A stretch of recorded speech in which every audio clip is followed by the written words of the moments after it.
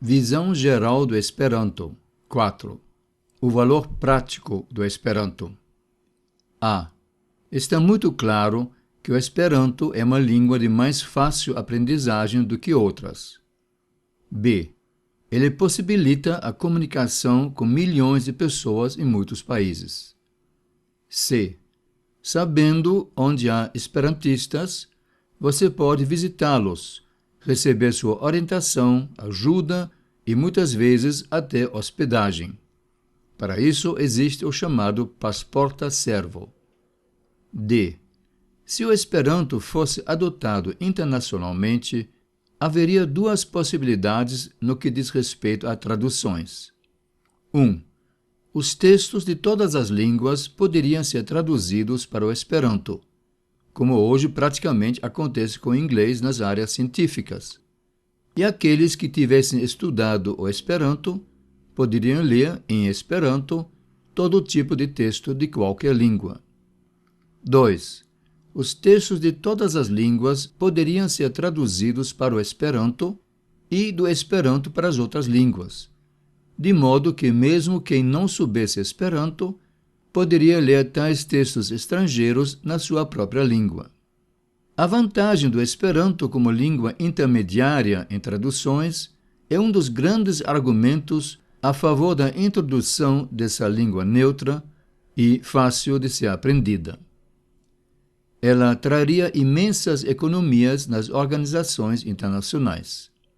Tomemos o exemplo da União Europeia. Atualmente, ela consiste em 28 países com 24 línguas oficiais.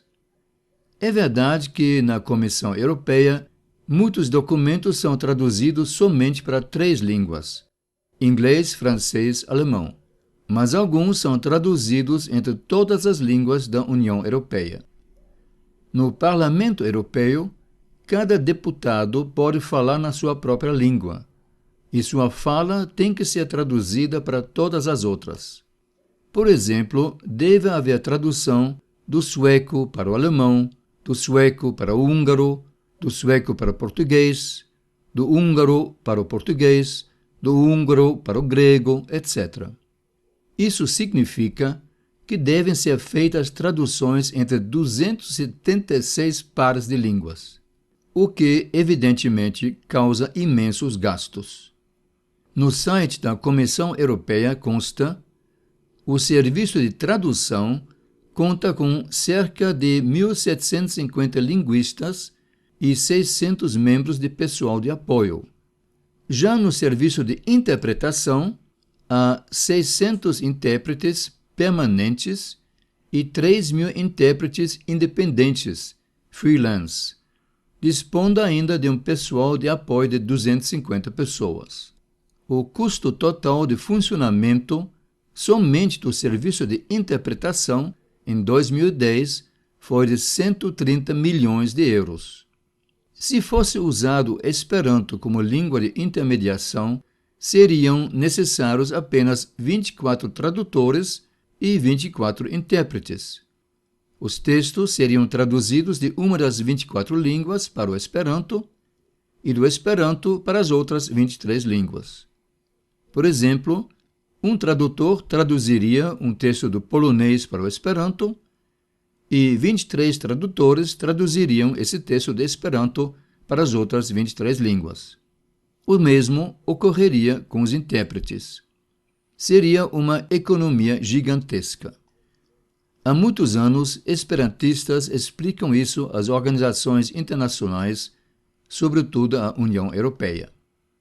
E um outro argumento a favor da introdução de uma língua neutra é o predomínio atual do inglês, não somente como uma língua franca, língua de comunicação internacional, mas também na cultura. Por exemplo, no cinema e na música predomina o inglês. Alguns falam de um imperialismo linguístico e cultural. A adoção de uma língua neutra de comunicação seria mais justa. A respeito disso, consta no Manifesto de Praga, que foi lançado no Congresso Universal de Esperanto em Praga em 1996, não há nenhuma língua étnica, nacional ou natural, que não esteja ligada a determinada cultura e a determinada nação ou conjunto de nações. Por exemplo, quem estuda inglês trava conhecimento com a cultura, geografia e política dos países anglófonos, principalmente dos Estados Unidos e da Grã-Bretanha. Somos um movimento em prol da educação transnacional. F. Um outro fortíssimo argumento a favor da adoção do Esperanto é que, sendo o inglês a língua franca atual, usada em congressos, encontros internacionais, etc., os falantes nativos de inglês têm uma grande vantagem sobre os outros, que obviamente têm mais dificuldade em expressar-se em inglês. Com a introdução do Esperanto, essa vantagem, essa desigualdade, acabaria, pois para todos o Esperanto seria uma segunda língua que teria que ter sido aprendida.